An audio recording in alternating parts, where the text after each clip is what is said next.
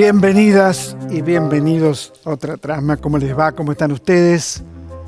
Bueno, hoy es 25 de marzo. Esto es lo mismo que decir que es 24 de marzo. ¿Por qué es lo mismo? ¿Por qué? Porque es una fecha que marca un derrumbe, marca un antes y un después. Nada le ocurrió peor a la Argentina que la dictadura cívico-militar, que la dictadura de la que participaron muchísimos civiles, que acompañaron la dictadura. Hay que leer los textos para darse cuenta de que esto es exactamente así. Es decir, que cuando se acompaña, se apoya desde un lugar o desde otro ideas negacionistas, brutales, extremas, cuando se dice que sobran muchos argentinos, por ejemplo, sobran. Para el neoliberalismo sobran. Estamos reviviendo, retomando consignas de la dictadura. Ahí aparecían las imágenes de las madres y de las abuelas de Plaza de Mayo.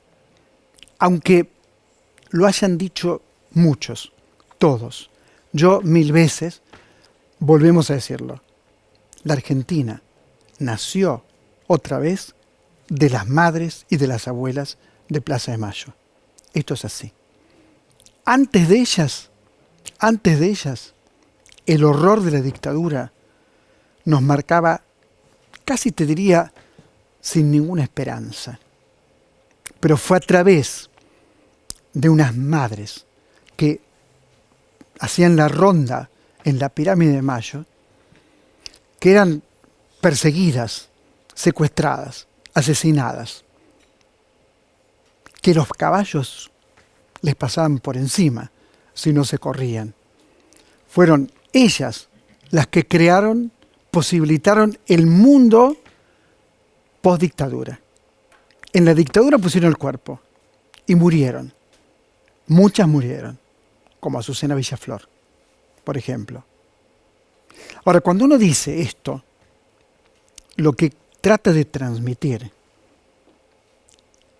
quizás a gente más joven, que no vivió exactamente la dictadura, es que como el título de un libro extraordinario de Giorgio Agamben, el filósofo italiano, el título es Lo que queda de Auschwitz. El título hoy sería Lo que queda de la dictadura. ¿Qué es lo que queda de la dictadura? La discriminación, la violencia, las ideas de ultraderecha, el negacionismo, la discusión por la supuesta cantidad de desaparecidos. Asesinados, torturados, arrojados al río. Ya lo sabemos. El programa de hoy tiene esa impronta. Los que vivimos la dictadura en carne propia, los que tenemos amigos asesinados por la dictadura, los que conocemos estas historias, tenemos una obligación, que es transmitirlas, contarlas, narrarlas. Pero también, y soy consciente de que esto es la televisión pública y que llega a toda la Argentina, también decir que esa dictadura, probablemente la peor que pasó la Argentina, seguro, tiene también 1955, por no decir 1930 y el golpe de Uriburu. Tiene un grupo de locos asesinos que bombardearon la Plaza de Mayo al mediodía, sin ningún tipo de dificultad más que la resistencia, por supuesto. Bombardearon, asesinaron, mataron. La tradición de las dictaduras. Por eso este libro me parece un libro fundamental de Alejandro Horwitz, Las dictaduras argentinas, historia de una frustración nacional. La tapa es repugnante, pero bueno, es la tapa que había que hacer. Era la tapa necesaria para este libro. Digo repugnante porque a mí no creo que nos haga bien ver a estos personajes, ¿no es cierto? Como Macera o Videla, ¿no es cierto? La llamada Junta Militar. Los que venían, escúchame esto, por favor, esto solamente. Los que se decían la reserva moral de la patria, así se decían, el ejército, la reserva moral de la patria. Robaban bebés. Robaban bebés. ¿Viste un bebé? Esto es un bebé. Es el ser más indefenso del mundo. Un bebé chiquitito, teta de la madre, y si no, no vive. Eso se robaban. Eso se robaban. Por eso, muestro un libro, está con nosotros en Ali Argento, De vuelta a casa, historia de nietos restituidos.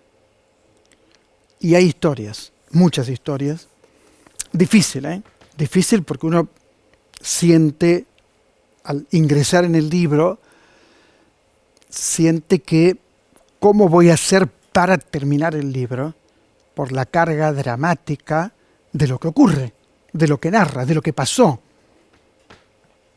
Casi, te diría, aberraciones que uno solo imaginaba dentro del nazismo.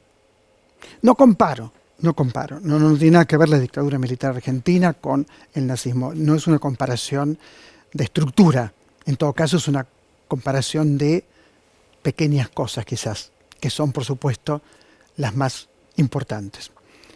Bueno, todo esto va a ocurrir en el programa de hoy y tenemos un testimonio impresionante, realmente impresionante. Cuando yo estuve estudiando a María Zaffaroni, nieta restituida, Mariana Zaffaroni, cuando leía la historia de Mariana yo decía, ¿cuánto que hay que poner de uno internamente para poder lograr lo que ella logró? Que lo va a contar aquí, hoy, en la televisión pública, por supuesto. Y un último renglón, dedicado muy especialmente a teatro abierto. Ustedes saben que yo soy perro de teatro, saben eso. Amo el teatro, toda la vida estuve vinculado al teatro. Ellos ponían sus cuerpos, sus propios cuerpos. Podían entrar los grupos de tareas de ese momento y matarlos. Y así todo, teatro abierto fue el movimiento cultural más importante en la oposición a la dictadura militar. Le pusieron una bomba al Teatro del Picadero, claro, por supuesto. Pero estaban allí, con sus propios cuerpos, mostrando que hay un lugar, llamalo del alma, aunque el alma y el cuerpo son la misma cosa, obviamente, donde no pueden llegar, donde realmente no pueden llegar. Me acuerdo cuando le pusieron la bomba a Teatro Abierto, ahí está Teatro Abierto con nosotros. Yo escribía en La Nación, el diario La Nación, sobre teatro, escribía, era crítico de teatro. Eran las 2 de la mañana y me llamaron.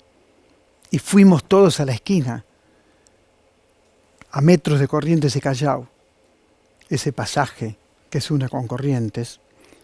Y ahí estaba, desde Leonor Manso hasta todos los actores, Perinelli, entonces, todos. Yo creo que no había alguien que no estuviera allí esa noche. Esas noches también marcan la historia. Dicho todo esto, camino. Voy a saludar al talentoso sociólogo, doctor en sociología y muchas más cosas, Alejandro Horwitz, para hablar de esta frustración nacional. Maestro. ¿Qué decís, viejo? ¿Cómo andás? ¿Cómo andás? ¿Todo bien? Ponele. ¿Qué podemos decir que no se haya dicho, por una parte, y por la otra, cómo cuando tenés un número redondo, como 40 años, es como necesario establecer como una especie de marco para que aquellos que no experimentaron nada de todo esto, sino como residuo, puedan darse cuenta de qué estamos hablando. Si nosotros decimos que la Argentina moderna arranca en 1880 y el golpe que vos caracterizás como el más nefasto es del 76, estamos hablando de casi un siglo de historia, 96 años exactamente. Vos sabés que la Constitución Nacional dice que un presidente debe durar 6 años. Si vos dividís 96 por 6, te da el número de presidentes que tendría que haber transcurrido entre el 80 y el 76, y eso da el número 16. Sin embargo, entre 1880 y 1976 hubo exactamente el doble, 32 presidentes. Si vos achicás el plazo de nuevo y fijás el primer golpe de Estado exitoso, 1930, y lo medís respecto al último, 1976, te da 46 años. 6 por 8, 48, de modo que tendría que haber transcurrido el octavo presidente sin terminar todavía su mandato. Sin embargo, en ese lapso hubo 20 presidentes, de los cuales solo 8 fueron civiles y 12 militares. Cuando vos tomás estos números, vos te das cuenta que la Constitución argentina es un librito al cual no se le presta particular atención y que de ninguna manera regula el orden político real que la sociedad argentina tuvo entre 1880 y 1976.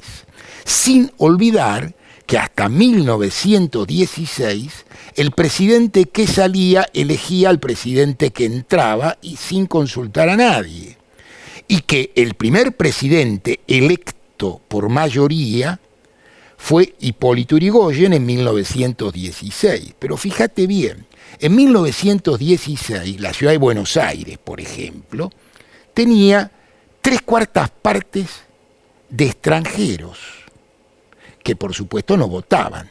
La mayor parte de los trabajadores en la Argentina eran extranjeros, de modo que los trabajadores mayoritariamente no votaban. Si esto le añadís que las mujeres tampoco votaban, te queda claro que el primer presidente democrático es un presidente democrático hasta ahí. La primera vez que en la Argentina hay una votación genuinamente democrática es en 1951, que es la primera vez que votan las mujeres también. Peronismo. Así es, el segundo gobierno del general Perón. Pues bien, ese gobierno es derrocado 4 años más tarde, en 1955. De modo que cuando nos hablan de la institucionalidad, de las divisiones de la República, hay que tomar todo eso por lo menos con delicadas pinzas, mirar un poquito las costuras para ver lo que hay adentro. Y cada vez que mirás con detalle lo que hay adentro, te espeluznás. Pensaba en tu libro y en las dictaduras, ¿no? Es difícil decir cuál fue peor, es difícil. A mí me sale que es esta. Sí, es evidente. La de Videla. Pero la del 55, la llamada Libertadora, proscribió al peronismo 18 años. 18 años. Sí, sí. ¿Cuáles son para vos? Yo leí bien tu libro, pero estamos conversando con vos, que sos el autor. ¿Cuáles serían las características distintas de la dictadura de Videla, de a partir de Videla? Mira, lo podemos registrar en 2 planos distintos. Uno es en el plano de los individuos y otro es en el plano de las políticas. En el término de los individuos, Videla es peor que Hitler. Es mucho eso, ¿eh? Sí, y fíjate que yo me llamo Horowitz, de modo que no voy a hacer exactamente una apología de Hitler. No, claro. Digamos, de eso estoy... es una acusación de la que estoy exento. Sí. Pero fíjate, Hitler tiene una madre que tiene cáncer. El médico que trata a su mamá es un médico judío. Eso dicen. Sí, sí. Lo contó él, ese médico viajó después a Estados Unidos, pero esa es la historia.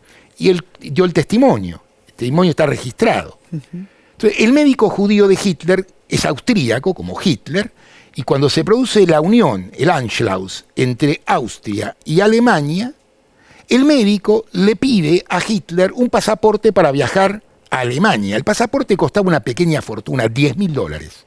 Hitler le regala el pasaporte y se lo entrega personalmente. El antisemitismo de Hitler está más allá de cualquier clase de discusión.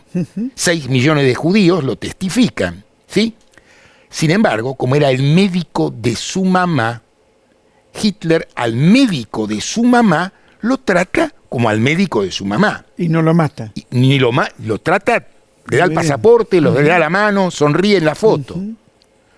Videla tenía un hijo, Alejandro, que tenía una enfermedad mental muy complicada.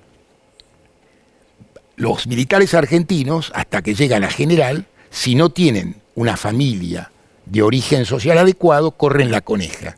Y bien constituida. Claro, por supuesto. Ahí ponemos humor. Mi estimado, eso ni se discute. Claro. En esa familia bien constituida, el hijo de Videla tenía que estar en un hospicio público, en Oppendorf estaba. ¿Y quién se ocupaba del hijo de Videla en Oppendorf? Las monjas francesas. Este aquí que cuando capturan a las monjas francesas, la madre de Videla, presidente de la República, va a verlo para explicarle esta situación. ¿Qué hace Videla para defender la vida de las monjas que se ocuparon de su hijo años? Nada. Las matan. Así es. Las matan y las tiran al río. Esto es en el registro de las personas. En términos de crueldad, bestialidad, capacidad de infligir daño, sirva o no sirva, venga a cuento o no venga a cuento de nada, esta dictadura burguesa terrorista no tiene parangón histórico. En términos de especificidad política, lo entendemos muy fácil. Entre 1945, 44, 46 y 1975, la distribución del ingreso nacional era más o menos así. Entre el 42 y el 48% del producto se lo llevaban los asalariados, 42 a 48. 42 lo más bajo, 48 lo más alto. La dictadura se ocupó de bajar la distribución del ingreso en contra de los asalariados en 22 puntos de un solo saque. Y eso se mantuvo lo que pasa hasta es que, hoy. En primer lugar, es una operación económica. Sí, claro. En primer lugar no puede ser que se esté distribuyendo riqueza. Y la segunda cosa es, ¿qué es la deuda externa? Es una transferencia descomunal de fondos del bloque de clases dominantes territorializados en la Argentina en el sistema financiero internacional. Claro. Tenés un producto bruto y medio, 600.000 millones de dólares en el sistema financiero internacional. La Argentina es pobre porque la empobrecieron sistemáticamente. Este es el resultado de una política aplicada durante 40 años.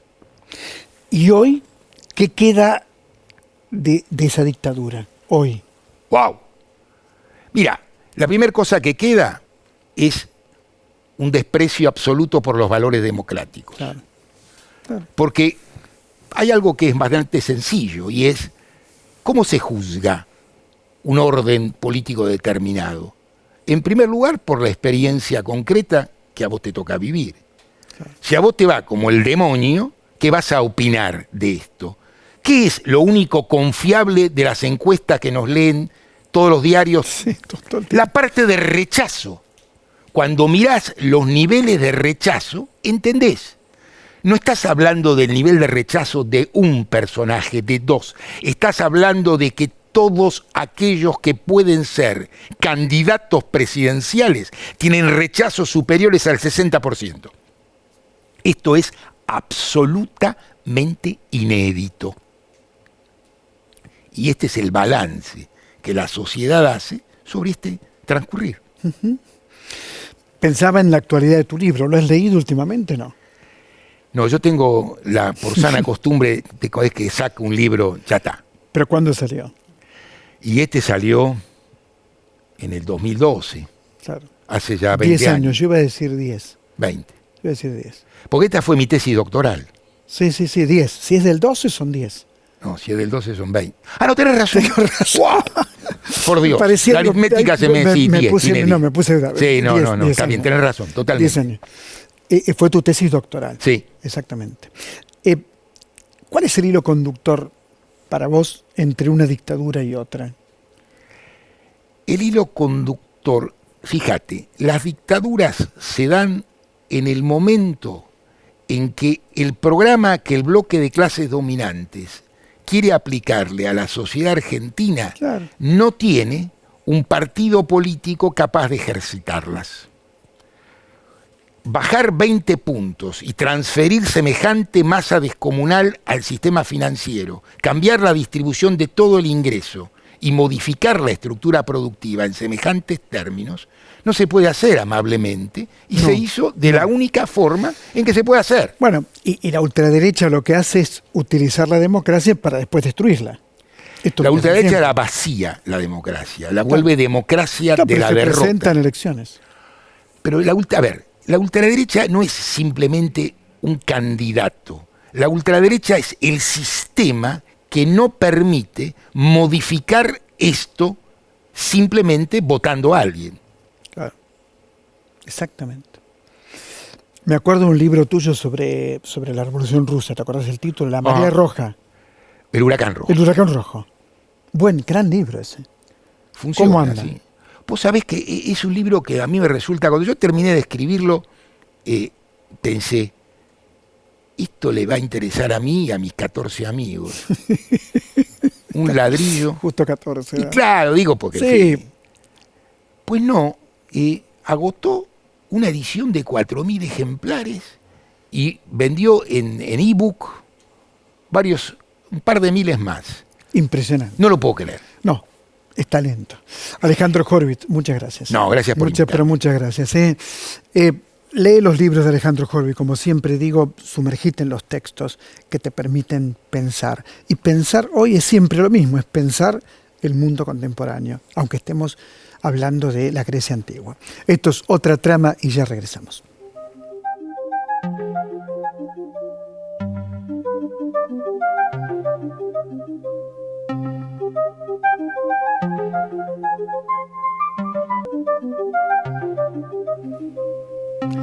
Bueno, tengo en mis manos el libro de Analía Argento, que es periodista. Título del libro: De vuelta a casa, historias de nietos restituidos. ¿Qué tema? ¿No es cierto? Yo le preguntaba fuera del aire por qué hizo este libro. Y ahora que estamos en el aire le pregunto, ¿por qué? Bueno, yo creo que la primera gran razón, muchas veces me preguntan si yo soy hija de desaparecidos y digo que soy una categoría menos que ser sobrina. Yo tenía 8 años, vivía en Cinco Saltos, provincia de Río Negro, y era la época que venía el cartero. Mis abuelos vivían en San Pedro y yo tenía tíos acá en Buenos Aires. Y el cartero le trajo una carta a mi mamá y mi mamá en la carta leyó que decía: a Beto le pasó lo mismo que a Huguito. Huguito era un primo de mi mamá que había desaparecido. Y mi mamá entró en crisis. Es el peor recuerdo que tengo de mi infancia, mi mamá llorando por mi tío Beto. Y después me dijeron que no le contara a nadie.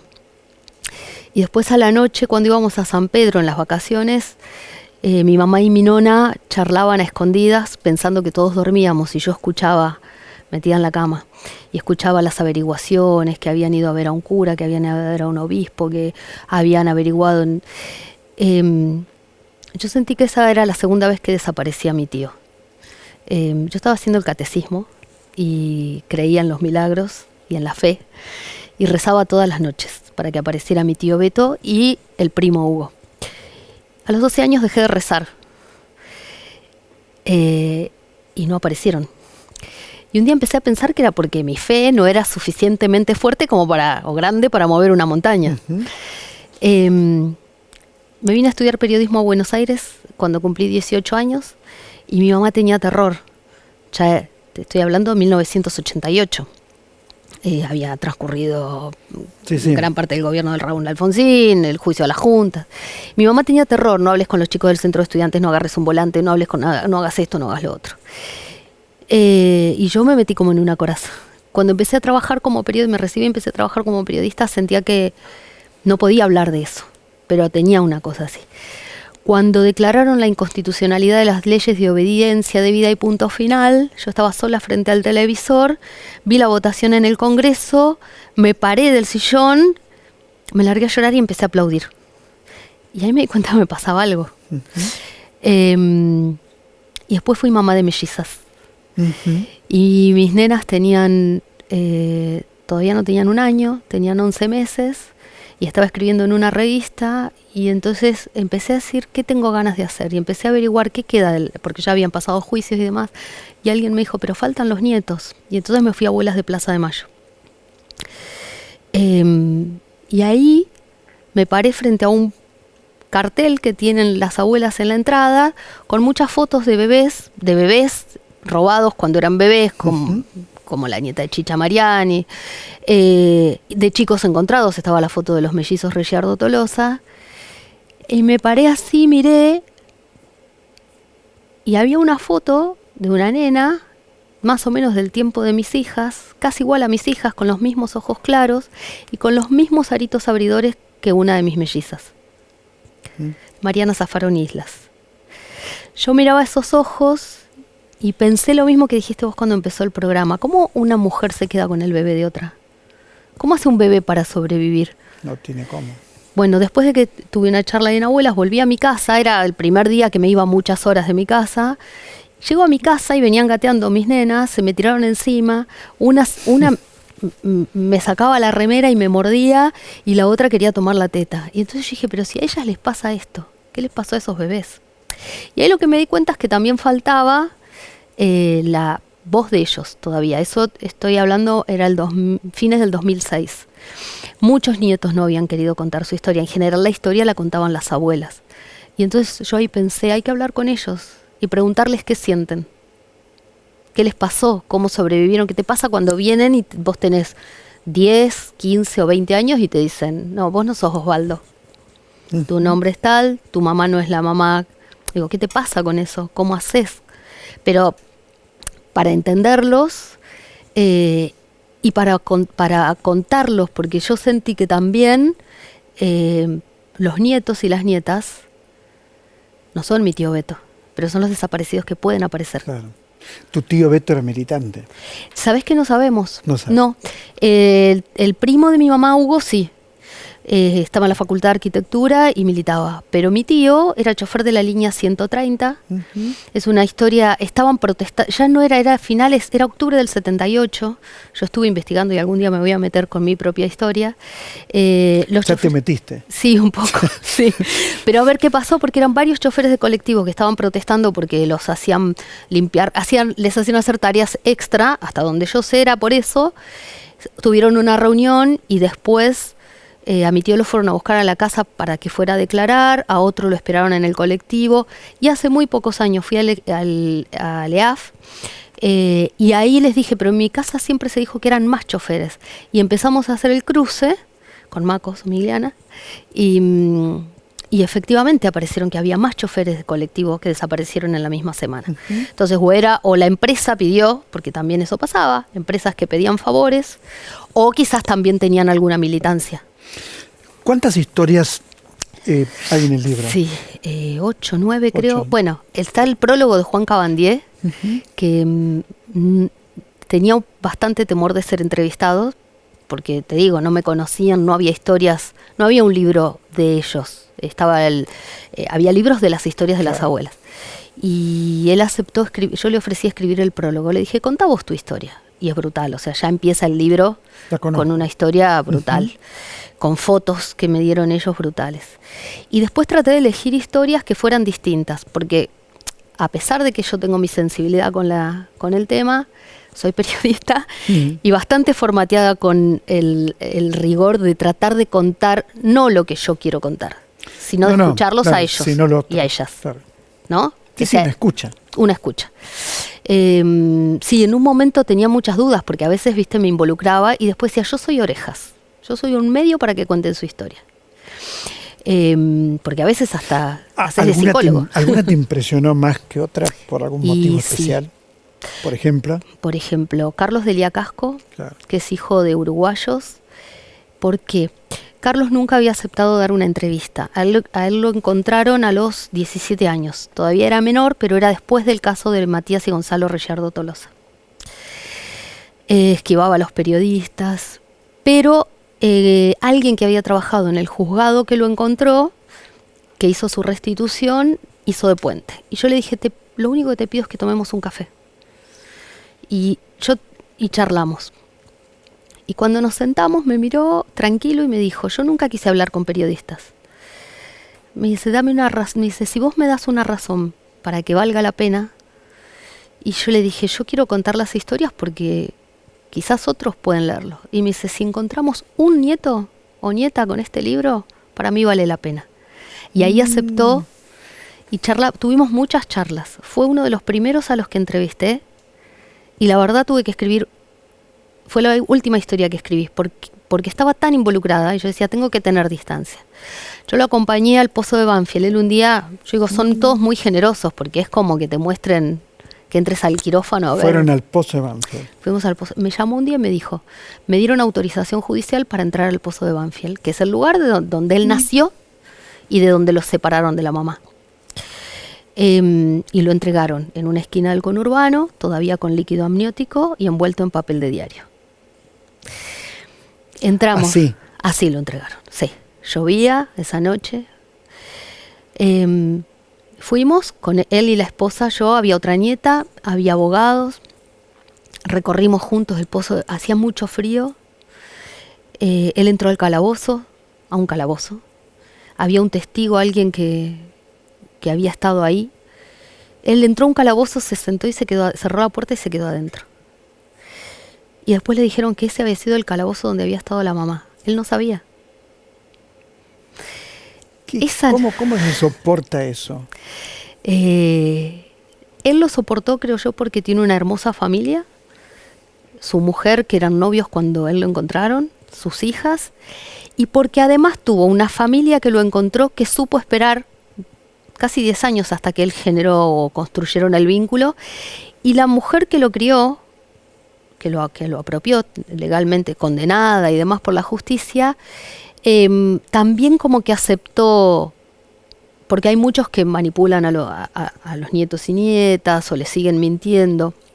Ella confesó en el juicio, confesó y además pagó, incluso tuvo que pagar las costas del juicio y como podía iba todos los meses a pagar en cuotas. Y además yo creo que en el caso de él, porque al principio no fue a los medios. Recién llegó, habló conmigo cuando ya de alguna manera había cicatrizado. La noche que yo fui al Pozo de Banfield, me acosté a dormir y no me podía dormir. Tenía frío, me puse 2 frazadas, no podía dormir. Me levanté, llené la bañadera de agua caliente, me metí. Salí, seguí sintiendo frío, tuve pesadillas. Me costó mucho escribirlo y a la semana cuando me senté con Carlos, yo lo entrevistaba y llorábamos los dos. Entonces fue muy difícil porque yo digo, ¿cómo escribo? ¿Cómo le hago honor a ese momento que para mí era sublime? Porque él buscaba un indicio en el Pozo de Banfield. Buscaba en las paredes si había algo escrito. En la cocina, él nació en una cocina mugrienta. Y él miraba por las ventanas y decía, alguien habrá escuchado algo, alguien habrá visto a mi mamá. Y ese fue el último lugar donde él estuvo con la mamá. Y te cuento otra cosa más, porque para mí hay cosas que... Este libro, fuimos a la Feria del Libro de Frankfurt, que Argentina era invitada de honor. Yo estaba. Y yo también. Yo estaba. Estuvimos ahí en la comitiva, dimos charlas, pero además de la editorial alemana, este libro está publicado en alemán. Se llama Paula, du bist Laura. Paula, tú eres Laura, que es otro de los capítulos. La sala estaba llena. Ninguno era amigo mío, conocido, ¿viste? Como decía Horowitz. No. Todos alemanes, prestando atención, era un silencio. Y el editor me dijo, te voy a pedir algo. Porque lo tradujeron estudiantes alemanes con sus profesores. vamos a leer 4 fragmentos del libro en alemán, pero te queremos escuchar en castellano. ¿Puedes leer un fragmento? Mira, te digo... Sí, sí. Le digo, bueno, entonces nos juntamos antes de la charla y yo digo, voy a leer de acá hasta acá. La profesora que guió a los alumnos me miró así. Era exactamente el párrafo con el que iba a comenzar la charla en alemán que había elegido una alumna. Era la visita al Pozo de Banfield. Analía Argento, este programa me está costando. Sí. Te aseguro que me está costando. Muchas, pero muchas gracias. Gracias a vos. Muchas gracias. A leer el libro, como siempre digo. Enseguida regresamos.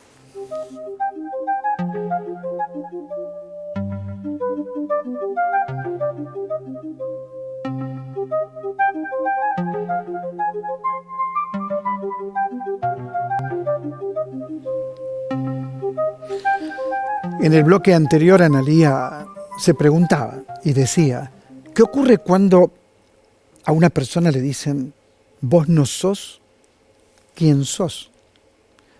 Te criaste con una familia, pero no es tu familia. Tenías un nombre, pero no es tu nombre. Ese momento, ¿qué camino voy a emprender? Primero, lo más natural y lógico es negarlo. Es lo más natural y lógico. Esto que me estás diciendo no es cierto. Ahora, la verdad siempre se impone. Consciente o inconscientemente, siempre se impone. Siempre va a aparecer. Siempre va a haber una sospecha. Por eso enfrentarnos con la verdad es el único camino que tenemos. Yo creo eso. Marina Zaffaroni, qué gusto que estés acá. Igualmente para mí. ¿Cómo fue ese momento para vos, que sos una nieta recuperada? Así como vos decís, el momento en el que te dicen, en mi caso, yo cuando tenía más o menos 9 o 10 años, me entero de que había una familia que buscaba a una nena cuya foto salía en la televisión. Pero a mí en ese momento, cuando todavía era chica, la familia que me criaba me decía que había un error, que yo no era esa nena. Yo la verdad no me veía parecida a esa foto. Es la foto que vio Analía en Abuelas. Yo no me veía parecida a esa foto y sinceramente creía que había un error. Veía los primeros casos que aparecían en televisión de chicos que iban encontrando y que los iban restituyendo a sus familias biológicas porque todavía eran niños, y realmente me parecía algo tremendo. Y yo decía, esto también me amenaza a mí porque hay gente que dice que yo soy un chico como estos, ¿no? Una chica como estos. Pero a mí, nada, mis papás de crianza me decían, hay un error, tiene que haber algo que está equivocado, vos no sos esa nena, vos no sos esa nena. Y yo, nada, sabía todo lo que estaba pasando, más o menos, pero realmente pensaba que yo no era esa nena.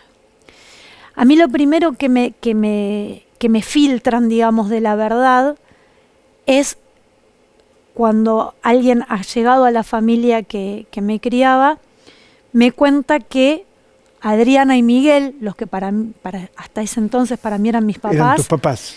No lo eran. Entonces me dice, mira, Adriana y Miguel no son tus papás. Y mi respuesta, como vos, yo asentía cuando vos recién decías, lo primero es negarlo. En mi caso, lo primero no fue negarlo, sino negar la importancia que eso podía tener. Mi respuesta fue, ¿y qué? Adriana y Miguel no son tus papás. Pero yo los quiero. ¿Y qué? Claro. ¿Qué cambia eso para mí? Entonces yo pregunté si entonces si Adriana y Miguel realmente no eran mis papás, si yo era esa chica a la que estaban buscando, y la persona con la que estaba hablando realmente no tenía esa información. Me dijo, es posible, pero yo no soy quien para decirte si sí o si no. Algunos años después, ya en el marco del proceso judicial, me hacen los análisis y se confirma que efectivamente yo era la nena de las fotos, yo seguía sin verme parecida a la nena de la foto. Pero vos buscaste los análisis. No, a mí me los ordenó el juzgado. Yo no tenía ningún interés de saber nada. Yo, si me hubiesen dado a elegir a mí, hubiese continuado con la vida que tenía, que muy feliz era. ¿Para qué me iba a meter en todo Pero esto? no había alarmas. La foto es una alarma. Es que yo de verdad te lo digo, no me veía parecida a esa foto. Para mí esa foto ¿Y no te era veías yo. parecida a tu mamá y a tu papá? Total. Parecida, Sí, digo, sí, físicamente. Sí. No sé si a mi mamá y a mi papá, pero sí a mi abuela de crianza, por ejemplo. ¿Y entonces? Y entonces, ante el impacto de la verdad que se te impone de alguna manera, porque a mí me la impusieron, la verdad, a través de, ya te digo, del análisis, bueno, dame el documento que tenés, acá tenés otro, y a partir de ahora tenés que usar este. Los padres que yo conocí hasta ese momento estaban presos, entonces para mí mi única preocupación era ver qué iba a pasar con ellos. Era como que todo lo que estaba pasando no me dejaba demasiado tiempo ni demasiada energía para ocuparme de ver qué pasaba conmigo. Entonces era mejor esconder todo abajo de la alfombra y hagamos de cuenta de que acá no pasó nada. Todos los procesos de los nietos que yo conocí, con los que pude hablar, todos tienen cosas muy parecidas que solamente entre nosotros nos entendemos cuando hablamos, pero todos son distintos. Ninguno transitó su proceso de recuperar su identidad o de amigarse con su historia o de adentrarse en su historia de la misma manera. ¿Y cómo fue tu proceso? Larguísimo, larguísimo. Yo de los ¿Empezaste que a conocer conozco, nuevos familiares? Bueno, sí, también de manera obligada. Yo no quería conocerlos, no quería saber nada con ellos. Me tuvieron una paciencia realmente increíble, porque mi proceso fue realmente muy largo en el tiempo. Yo me enteré, a mí me restituyen legalmente la identidad a los 17 años. Y con idas y vueltas pasaron por lo menos 10, 15 o 20 años hasta que yo me fui metiendo con ciertas cosas, vinculándome con mi familia biológica, conociéndolos. Era muy difícil porque yo tenía la sensación de que ellos venían a contarme cosas que yo no quería escuchar, que a mí no me interesaba saber, y abrir la puerta a escucharlos significaba escuchar cosas que yo no quería. Entonces, como ellos son uruguayos y vivían en Uruguay, yo tenía un poco la excusa de, bueno, yo vivo acá, ustedes viven allá, nos vamos a ver poco. Si ellos no venían, yo no iba, por supuesto no iba. Si ellos no me llamaban, yo hacía de cuenta que no existían. Y bueno, me llevó mucho tiempo salir de esa situación de ir escuchando de a poquito lo que tenían para contarme.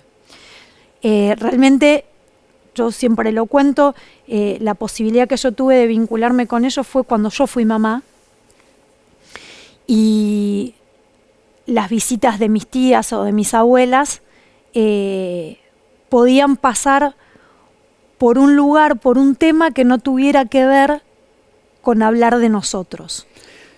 Las tías y abuelas verdaderas, obviamente. Sí, claro, sí. Sí, no, pues yo con la familia de crianza seguía teniendo una relación normal. Entonces, a la familia biológica la tenía ahí como en el freezer, y el modo de poder vincularme con ellos fue a partir de que ellos vengan a conocer a mi hija. Tus propios hijos. Claro. Y que se hablara en la reunión de algo que no fuera yo, mis papás, lo que pasó, lo que te buscamos, lo que luchamos, lo que costó. No había que hablar de eso. ¿Y cómo se produce el clic de aproximación? Es que cuando la charla empezó a pasar por otro lado, y no necesariamente por vení que te cuento quiénes eran tus papás, o mira qué parecida a tu mamá que sos, o qué parecido a tu papá, parecida a tu papá que sos. Cuando yo abrí la posibilidad de que podamos hablar de otra cosa, los empecé a conocer como personas, como seres humanos. Y ahí, de a poquito, o sea, una vez que la grieta se abre, el agua empieza a entrar. Yo, lo que pasa es que hasta ese momento la tapaba con todo lo que podía. ¿Y qué pasaba con los padres apropiadores? Bueno, qué sé yo, a veces era más fácil y a veces era más difícil. Como con todos los aspectos de la historia, mi relación con mi familia de crianza tuvo idas y vueltas. Claro. Momentos de estar bien, momentos de pelearme, momentos de enojarme, momentos de no querer verlos más, momentos de decir, bueno, igual los quiero, momentos de... durante mucho tiempo fueron los papás que yo conocí y los quise mucho y sé que me quisieron mucho. Entonces, nada, ¿Y con todo es así. ¿Y con tu papá y tu mamá? ¿Cómo se También. llaman? ¿Cómo se llama tu papá? ¿Cómo se llama tu mamá? Mi papá se llamaba Jorge y mi mamá se llamaba María Emilia. Y con ellos también me pasó lo mismo. Hubo momentos en los que tenía muchas ganas de conocerlos, de saber cómo habían sido, de saber cómo había sido su vida, cómo eran sus amigos, qué hacían todos los días. Yo les escribí a todos sus compañeros y amigos para que me contaran y tuve la suerte de que uno de sus compañeros de militancia, también sociólogo, escribiera un libro recopilando toda la vida de ellos, la parte de la militancia y la parte de la vida cotidiana de ellos. Así que tengo toda su historia contada en un libro. ¿Qué libro? Se llama Los Padres de Mariana. Uh-huh. Y también tuve momentos en los que me enojé, momentos en los que me dio bronca. Y nada, bueno, es parte de la vida. Uh-huh. A veces te emociona, a veces te pone triste, a veces te enojas, a veces no querés saber. Son momentos que hay que ir pasándoles. Uh-huh. Es algo que no se termina de cerrar nunca. Uh-huh. De cualquier manera, hoy debe haber una reconciliación, ¿no? Bueno, en este momento es uno de esos momentos en los que no estoy tan reconciliada. ¿Por qué? No sé, me pasó de en un momento y a raíz de un documental que también hizo un compañero de ellos, de militancia, que de repente terminé de ver el documental y como que de repente me cayeron un montón de fichas y me enojé porque sentí que no priorizaron quedarse conmigo.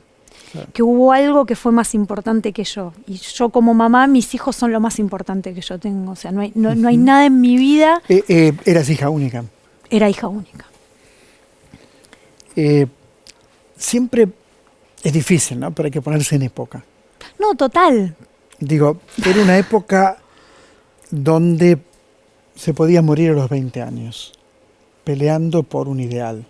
Esa época hoy no existe, esa época hoy. Es otra época, es otro tiempo, ¿no? Me acuerdo de la familia Westergel, que mataron a todos los hijos, los yernos. Me acuerdo del relato que me hizo la vida de Westergel a mí.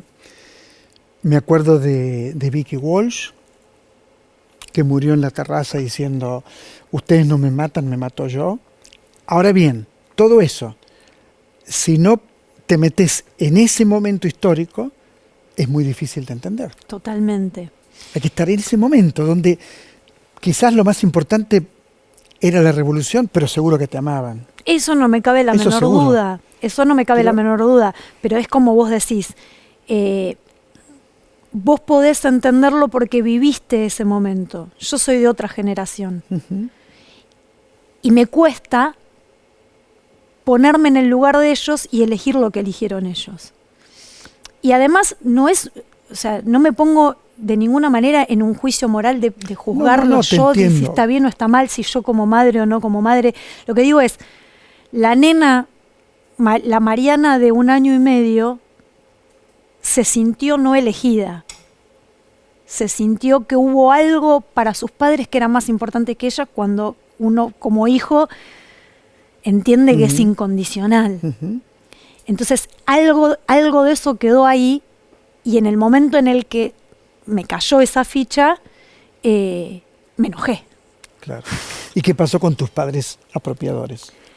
Mi mamá falleció hace 6, 7 años y mi papá está preso por otras causas vinculadas con la dictadura, pero no con mi apropiación ni con el secuestro de mis padres. Él, por la causa de mi apropiación, ya cumplió su condena, ahora está preso por otras causas y está preso.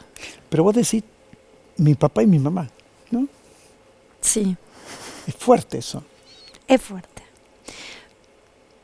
Pero bueno, pero está muy bien que lo decís vos, está muy bien. Yo en mi círculo, en mi familia, en mis amigos, yo en tal caso aclaro, mi papá, y digo el nombre, mi papá Miguel o mi papá Jorge o mi viejo, Claro. Está como entendido, de acuerdo a lo que estoy diciendo y por el contexto en el que lo estoy diciendo, de quién estoy hablando, pero no hay... se dio de manera natural que yo continuara el vínculo con ellos, entonces... Sí. ¿Sos abogada? Soy abogada.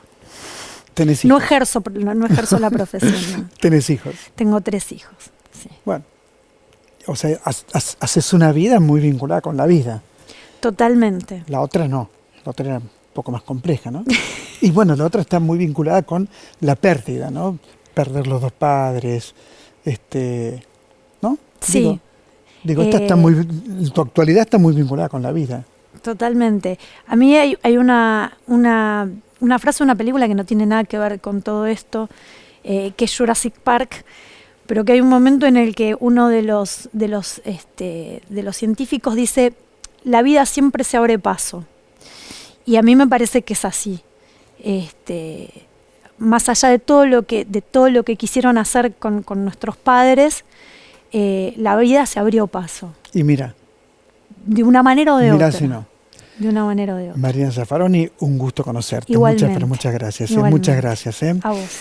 Estas historias nos tienen que servir para vivir y, sobre todo, para cuidar la democracia todos los días y para desenmascarar a quienes van contra la democracia, que es ir contra la libertad, que es ir contra un sistema, como todos los sistemas políticos, bastante incompleto, como todos los sistemas, como todos, pero parecería ser que es lo mejor que tenemos en este periodo histórico. Lo otro es la dictadura, es la barbarie, es la muerte, es el crimen, es la mentira, eso es lo otro. Nos reencontramos en 7 días para volver a hacer, como siempre, otra trama y seguir buscando otras tramas de la realidad. Muchas, pero muchas gracias por elegirnos.